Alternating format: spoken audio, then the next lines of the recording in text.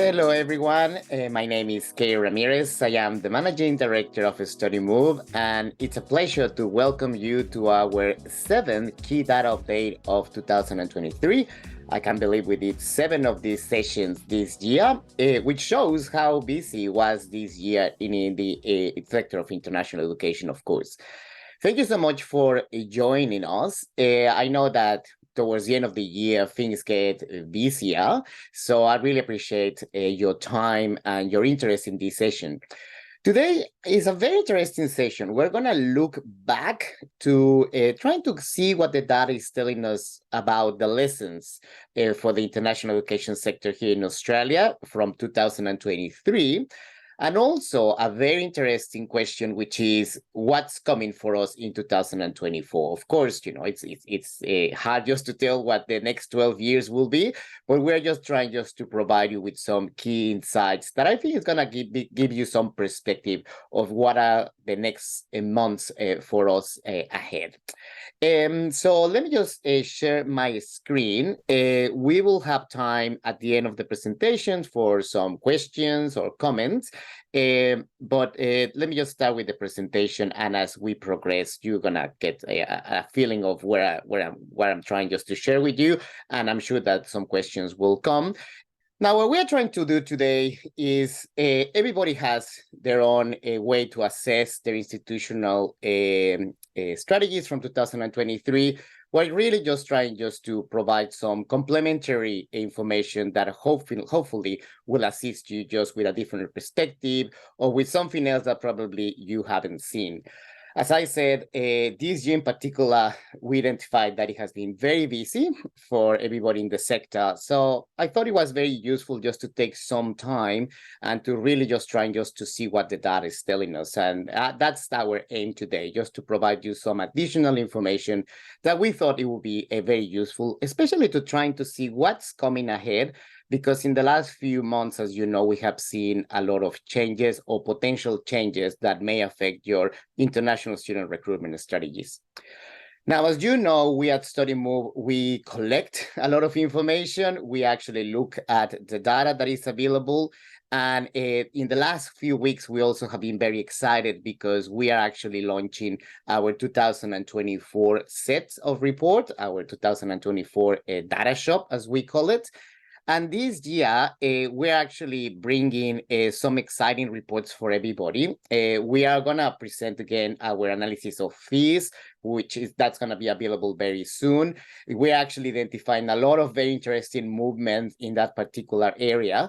But also, we're going to bring together the analysis of scholarships that it seems that, again, in 2024, we are going to play an important role in the area of student recruitment. And we're actually going to look at something that we haven't done since COVID, which is looking at entry requirements. That's an area that during COVID, universities did not have the time to look at it, but it seems that it's great interest in that area. And for that reason, we're bringing some reports for entry requirements and also, our traditional set of reports. So if you want more information, we're more than happy to provide you with that. Okay. Now, going back to the topic, it has been a very interesting year in the area of international education. 2022 was basically the first year where universities were able to engage once again with international applicants. And I think that 2023 is the first year where we have been able just to see the results of those efforts made by universities. And also this year, we are having a better understanding of what are the market trends and what are the changes that we have seen after we deal with the challenges of COVID. For me, probably the main lesson for 2023, and as you see on the screen, is just a year that is slightly fading away. We still had a few weeks to go.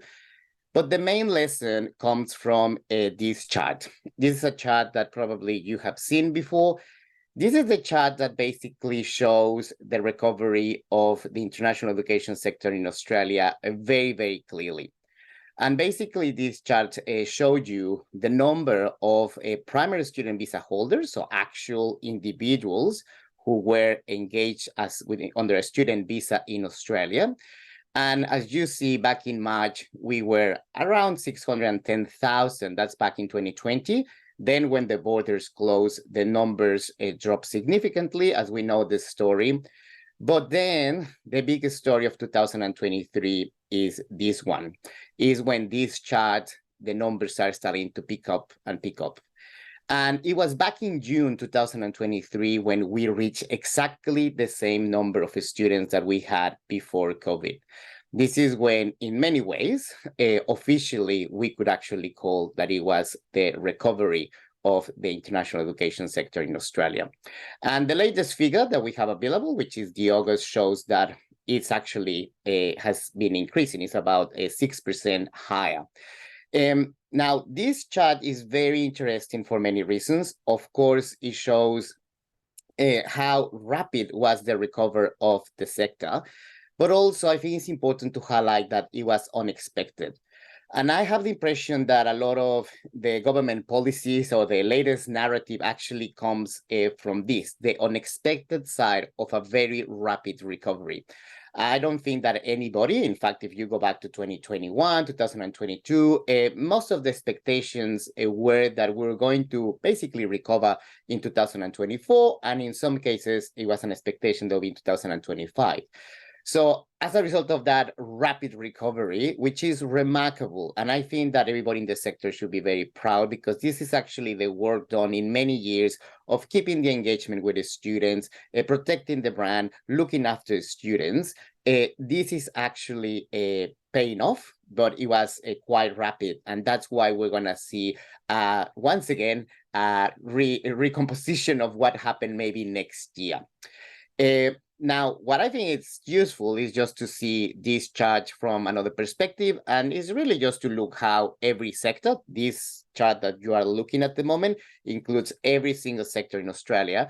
But it's just useful just to have a quick look and to dissect the data in different ways. And when you see the recovery sector by sector, you see that higher education went back to the numbers that we had back in March. It came a little bit later, came about July, but by August, definitely we were above the levels that we had in 2020. The vet sector, who at the start of COVID did not feel the effects of COVID, but then actually they had a little dip, also are back to the levels and actually with a very interesting growth from 150,000 that we had in March. The number of student visa holders in vet is actually now 163. The ELICOS market actually showing some growth, and the only sector that is still on a recovery phase, and it's expected that by next year they will go back to the levels that we have seen before, is the school sector. That I think is a natural effect of a sector that it takes longer to recover because of the calendar years and how they basically engage with international students. So overall, everybody is going there. Back to the levels that we had before COVID. But what I think is important is just to say that although we have seen a recovery, as you can see sector by sector, we're still very close to the levels that we had before the borders were closed. So we haven't seen in the overall numbers this massive boom. Is actually more what we have seen is an speedy, and I will highlight this, unexpected recovery. Now, quickly just looking at this data set again, it's important just to see that although the overall picture is showing a uniform recovery around sectors, when you look at different states and territories, the story is a little bit different. New South Wales actually had 6% more than when we had at the start of the COVID, but Victoria hasn't reached the levels that we had before COVID. It's just getting there. This will happen definitely next year with 6% less. Queensland, similar to the trend that we follow in New South Wales, but look at the states with the smaller population. South Australia, 26% more than when we had before COVID, and Western Australia, 46% more as well. The ACT is also tracking extremely well in terms of their recovery. For these states, is not only a recovery, they definitely past the levels that we had before. I should mention that for South Australia and Western Australia, it has been an important growth in higher education. And in Victoria, the reason why there are 6% less is because the higher education sector has not recovered quite yet from this metric. But also, as you know, they were actually extremely successful in the school sector. And as I explained before, it's a sector that has not fully recovered. It's going to take a little bit longer. So it's important just to drill down, just to start getting a better perspective of what's happening when we start drilling and putting together this story of recovery that we all experienced, well, nearly all experienced in 2023. Now, what I think is also very, very interesting is to look at the sources of growth in 2023. This is from a higher education perspective, and it has been very useful just to look at this data because I think this is going to frame what it may happen in 2024. And the sources of growth and actually the speed of growth, it's clearly stated in this chart. This is basically the number of new students or student commencements for higher education. The latest data available, and this just came 2 days ago, so this is very, very, very fresh, is the September data, which is very close to the end of the year data. As you can see the chart, when back in 2019, things were actually growing. Then in 2020, this number of students start to drop. 2022 was the first year that we saw the bounce of international commencements, but look at this number for 2023. It's nearly got to 200,000, which is, the word to explain this is just extraordinary. It's a record number. It's way what we have seen in the peaks that we had in 2019. I think this basically shows how quickly and once again unexpected was the recovery. And that was the September, but we actually can show you some of our estimates for December, where basically we're going to break the 200,000 level for the very first time in history. So it is something that we have never seen before. And I just, once again, we're going to say this is something that it was definitely unexpected. Our estimate for at the start of the year for 2023, it was around 175. We were completely wrong, and we were one of the optimistic estimates in the sector. So as you can see, this shows why I think from many different probably government perspective, but also from many sector-wide perspectives, there is an understanding that there is a need just to reassess where we are going with this. The actual figure is that it's going to be a growth of about 41% compared to what we had in 2022 and about 18% that we had in 2019. And I think it's important just to remember that back in 2019, before COVID and all that, we were like the sector was having that conversation of how sustainable could be growth. And now that's when we had 177,000 commencements. Now with 208 or more than 200 as we estimate, I think that it's understandable that that conversation may happen. Now, what I think is also interesting is that basically, if you track the natural growth of in the last 5 years, that's where we should be heading. But that doesn't mean that that's where the sector would like to be. So I'm just sharing that just for two reasons, just to highlight the extraordinary growth that we had in commencements in 2023, and totally to frame why there is a need to have a conversation about where are we going with this particular growth. Now, what I also think is quite interesting is just to look market by market, just to see if the growth is just coming from one particular market, or if it's actually a uniform, or what's happening here. Now, what is quite extraordinary, once again, because it's unusual that this happen, is that out of the top 25 markets for higher education in Australia, 23 of them actually showed growth in comparison to the same period in 2022. So overall, all markets are growing for the higher education sector in Australia. In fact, the average growth across these top 25 is 66% growth in comparison to 2022. So substantial growth across pretty much every single market. And we look at the top 25 because they represent 95% of all numbers. So basically tells you what's happening overall.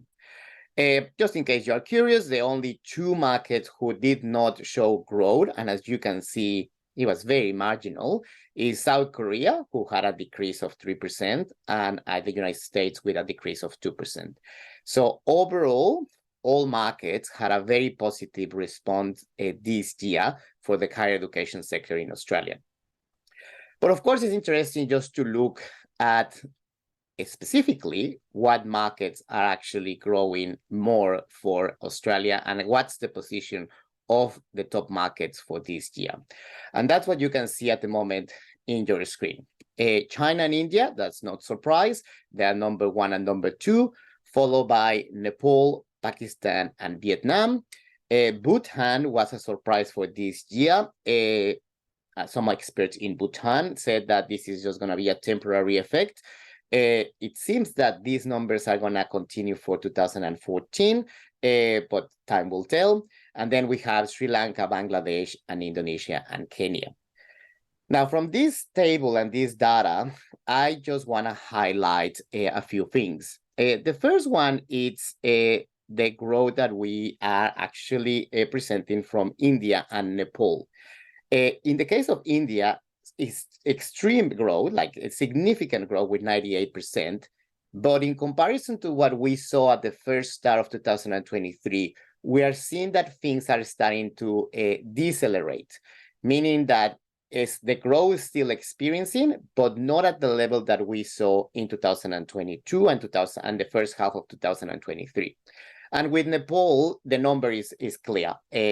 Before we had 45, 50% growth. Now we're actually in 17%, which is probably one of the lowest level of growth that we see in these top 10 markets. There are many reasons why this could happen. I think that for some experts in this market, they contribute this to changes in the regulation of work permits for students. I think that for Nepalese students, that was one of the drivers to come to Australia. I think it's important just to have a look on that. But it's interesting that these two markets are decelerating. That doesn't mean that the numbers are going back. Basically, the car is still going forward, but they are not at the speed that we have seen before. And in the same way, it's interesting what's happening with China and Vietnam. Those are two top markets where we've seen that things are accelerating. China, probably as you remember, numbers in commencements were growing at a very low level or pretty much flat. Now we're at 21%. This is obviously the result of the Chinese changing their COVID policy and being open to the world. And also, this was the first year that Australian universities were able to go back to China and fully engage with international applicants. So the results are actually there with a 21% growth. And Vietnam, once again, also showing a more rapid growth than what we saw at the start of the year. And the last thing I want to mention is just to welcome Kenya in our top 10 list. We have never seen this country before. I think that Africa is going to play an interesting role in the years ahead. And Kenya is the first African country in many, many years that we have seen at this level. So interesting just to see what happens there from some of the lessons that we can take on the growth that we experienced in 2023. Now, going back to China, and I just want to take a minute talking to China because being the top source market for higher education in Australia, it's important just to have a look to see what's happening there. As you can see on the screen, the commencements in the same period since 2019 have not recovered. We're still 89% to the levels that we had in 2019. It's expected. China had the borders closed longer than many, many countries, as we all know. So what I'm trying just to show here is that it seems that the recovery of China is still on their way. We haven't reached those levels that we have seen in 2019. And when we see the number of students visas lodged from students from China, I think it's clear that the recovery is coming, and we can expect that numbers from these particular markets will continue grow in the next following months, because lodging student visas are a good indicator of what could happen in the next following months. And I think that the numbers are very clear. We're already in lodged visas above the levels that we have seen in 2019. And I think this is going to be a very important part of the story of 2024, and I will get into that in just 1 minute. Now, I share with you this story of extraordinary growing commencements and the recovery on student primary visa numbers, but I think it's important, and this is when, in many ways, we get confused about where we at, because there is a recovery, but in certain things, we're still not at the levels or not with that explosive growth that we have seen in commencements. Enrollments, which is when we actually include commencements, but also continuing students, are just finally, and this just happened in September, just at the levels that we had in 2019. We're still a little bit below, but it's just happening. So it's just natural, because we have seen that we're experiencing a recovering, but that doesn't mean that we had the same level of health, if you want to think about it, that we had in 2019. And I think this is when the narrative gets a little bit confusing, because I keep looking at that people reporting commencements, arrival. Yeah, those numbers are extraordinary high in comparison to what we have seen before. But the total numbers are basically just reaching what we saw in 2019. And as a result of that, the revenue that comes from international student fees, and this is basically the revenue comes not only for new students, but also new plus continuing, is just also finally, and this is our estimate for 2023, just reaching the levels that we had in 2019. So universities, from a financial point of view, are just recovering. And the actual data from 2022 shows how big was the financial gap that it was created by COVID. Once again, this is just revenue from international student fees. And we'll see that in 2024 when we get the annual reports and the actual data. But we're pretty certain that it's just getting also to the levels that we had in 2019. So it's a speedy recovery, but we are just getting those levels that we had back in 2019. So I just think it's important just to clarify that for everybody, so we understand where we at in general. So in 2023, we had this big, as I said, big quick recovery. I already explained the main sources of growth from basically based on the student nationalities and how we are heading. But I also, before I get into 2024, I want to share with you this chart, because for me, I think this is the second chart that really tells the story of 2023 in the higher education or the tertiary education system. What you're seeing on the screen is the levels of unemployment that basically is youth unemployment, but always for individuals who are attending in tertiary education full time, okay? And what you see here is that during 2023, and this started really at the end of 2022, we actually experienced some of the historically low levels of unemployment. And what the data is also telling us is that more than ever, students in the university system, this is domestic and international, are juggling, working, and studying at the same time. Now, this is extremely important and relevant, because I think that the study experience of students, domestic of international, is going to be, or it has been significantly different to the ones that we had seen before. And that could actually have a consequence in how students are perceiving the experience that they want in the next couple of years, or what they are actually the drivers to actually come to Australia in the next couple of years.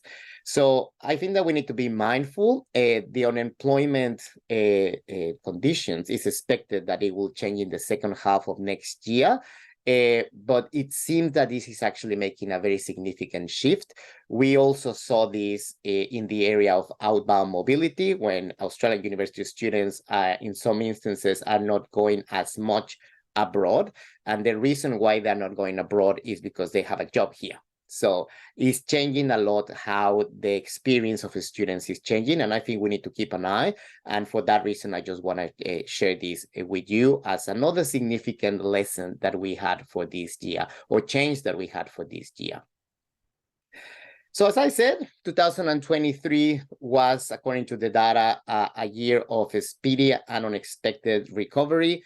But what I think is interesting is just to look at what the data is already telling us for 2024. And as you know, it has been in the last couple of months, a lot of conversations and a lot of headlines about some potential government changes. But before I really get into government changes, I think it's interesting just to see what the trends are actually already telling us in regards to 2024.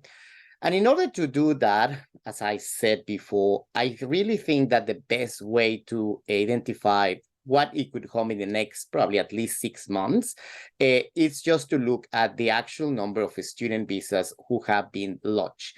The visa, looking at the visas lodged is a little bit tricky. Sometimes it's useful just to see month by month, quarter by quarter. In this case, I'm just sharing with you July to October, because October is the last data that is available. But overall, the trend that I'm going to share with you, it can be replicated in any comparison that you do by different periodicities. July to October, as you can see, for higher education, the number of visas lodged once again are an extraordinary number. We have never seen this level of visas lodged before. We are about 29% higher than 2019, and about 30% in comparison to what we saw last year. So, if you see it just like that, you can easily say, oh, well, so 2024 is going to be an even, it's going to be a year that we're going to have even a higher number of student commencements. Yep, it's true, but this is just the visas who have been lodged. And I think it's important just to see the composition of these students who have been lodged. And looking at the top markets for Australia, and this is what you can see in the screen, and when we see market and by market what's happening, it's very interesting, and it's going to start giving us a good indication of what it may happen next year. Number one, China, what you see in the red bar. China is about 8.5 higher than the same period in 2019. As I said, this really suggests that the numbers that we're going to see from commencements from China for higher education are going to be slightly higher to what we have seen for the first time, higher than what we saw in 2019. India is continuing an extraordinary growth in the number of visas lodged, with a 22% higher than what we saw in the same period in 2019. And Nepal, also 25%, with a significant growth in comparison, once again, to what we saw in 2019. Now, the reason why it was important to drill down this is because what is changing, and it has been a significant change recently, is that although the number of student visas are lodged have been grown, the number of visas granted, it has changed significantly in the last few years. And I think this is the readjustment that we're going to start seeing, or the result of some of the readjustments that we're going to see in 2024. Let me share this with you. So lodged visas are growing, but, and let me just show you once again, India, Nepal, and China. Look at India. Back in 2019, it was 81% of students of visas were granted. Now we are down to 62%, a very significant shift in the number of visas who are granted. And there are many reasons that I think the experts will explain this. I know some of them, but what is important just to look at is at the trend. It's a significant trend on how this is changing. Nepal, number third source country, the shift is even higher, from 86% down to 54%. Now, what I think is also very important to mention is that it seems that this shift is actually quite focalized in just a few countries. The majority of countries, just like China, they are still basically keeping the levels of visas granted. And this is important because I think that 2024 is going to be a year where institutions may be affected depending on where actually are engaging. If universities who have a higher engagement with India and Nepal, obviously they need to be aware of this change. Universities who have a larger engagement with China is not changing significantly. So it's important that for the next year, we start looking at the detail of the data just to try to understand, because it's big changes, but in a focalized way. So as a result of this, and we're going to venture into this, we have seen two interesting initial trends that suggest what it could happen for next year.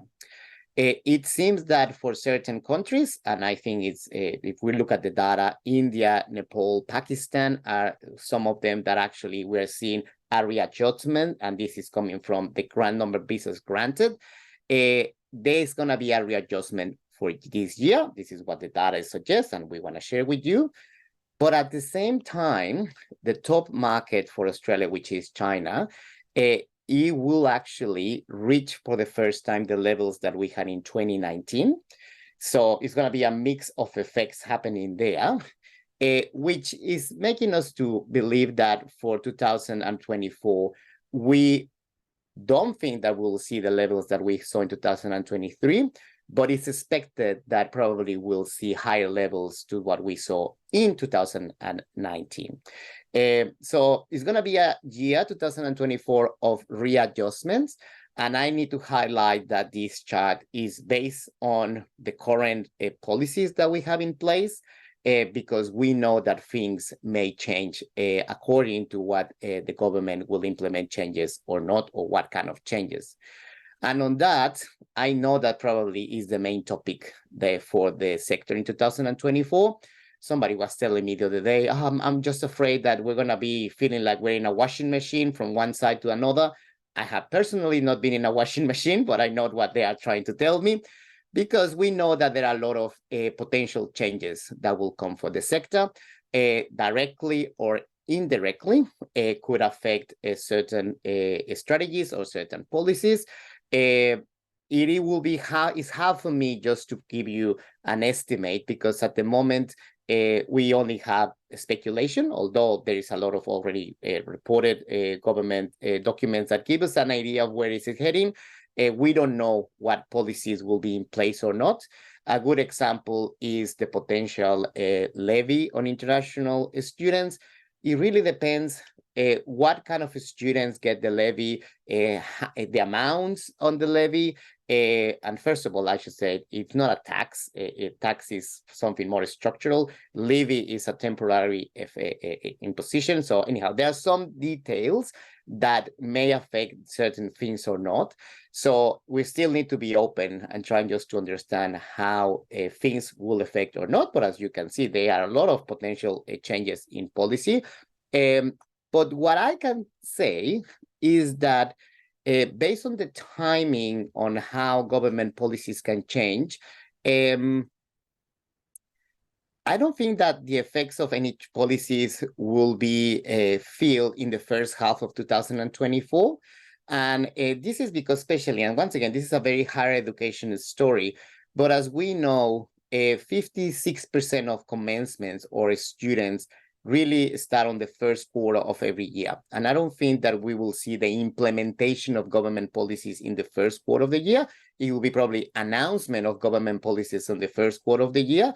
So the effects probably, or most likely, will come for the second half of the year.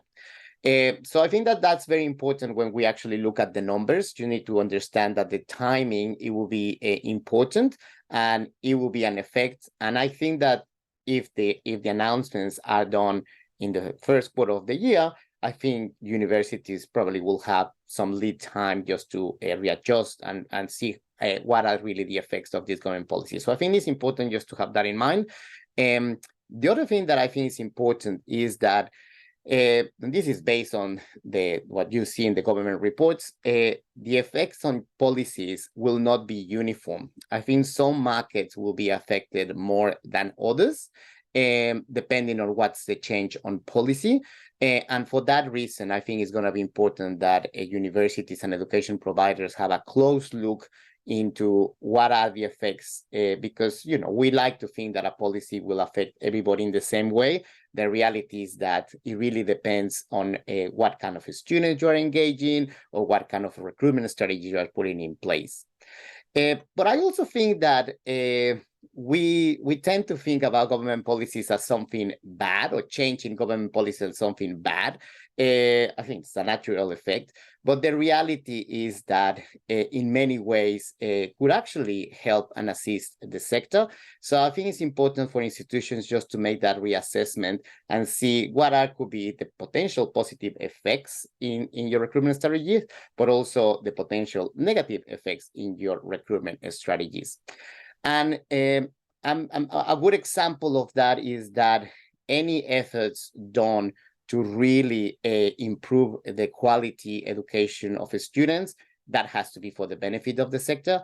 Any effort done just to really clean some of those malpractices that we have in the sector, that's for the benefit of the sector. So it will be a mix of things, and we need to keep our eye just to understand what's happening. And I just want to finish with two charts, because looking forward with this potential washing machine of changes that I think is keeping the sector honest, I think it's important just to go back to this chart and to see that this sector was extremely resilient during the most challenging period that we have ever experienced. We endured that difficult challenges, and I think the endurance came from flexibility, from the opportunity to adapt, but more importantly, because at the center of what most of the sector is doing is the well-being of international students, and students actually in general. So I think that when we contain and maintain the focus of that, I think that that's going to be probably the way to move forward in what it could be a volatile 2024. Who knows? But I think this chart is a good reminder of that. And on that, these are probably, when we think about our students, this is what the students are telling us. This actually is my last chart of the day. And this actually comes from the report from QUILT, the International Study Experience Report. And as you can see here, this is what the students are telling us is important for them. Things like their personal security, the reputation of the education system, the quality of the programs that we provide. In fact, it's quite interesting that you can see at the bottom of the chart, the possibility to migrate to Australia is not one of the top things that the students are looking. In fact, weather is more important for them than the possibility of migrating. So I think that it's important just to think about what's the core aspect of the experience of the students. And based on that, the adjustment, I think, for government policies actually may lead to something positive for everybody in the sector. So that's it. I hope you enjoyed the presentation. I just want to take the opportunity to thank every one of you for all your support during this year. It has been a pleasure just to be part of your data journey, as we call it, but also to support your strategies. Once again, this is just a couple of things that we identified that could be relevant. I know that many other things will change in the next couple of months, but I just want to say once again, thank you, and I hope that you find this information useful. And yeah, I hope you have a great end of the year. We'll see you in 2024. I think there are a few questions, so if there are any questions, I will just stop and take them now. I think that's it.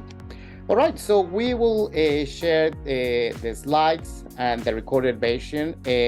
And thank you to everybody once again for your support. It's a pleasure to be part of your data journey. I really hope that this brings a bit of perspective, and have a great end of the year. And we'll see you in 2024. Take care, everybody. See ya.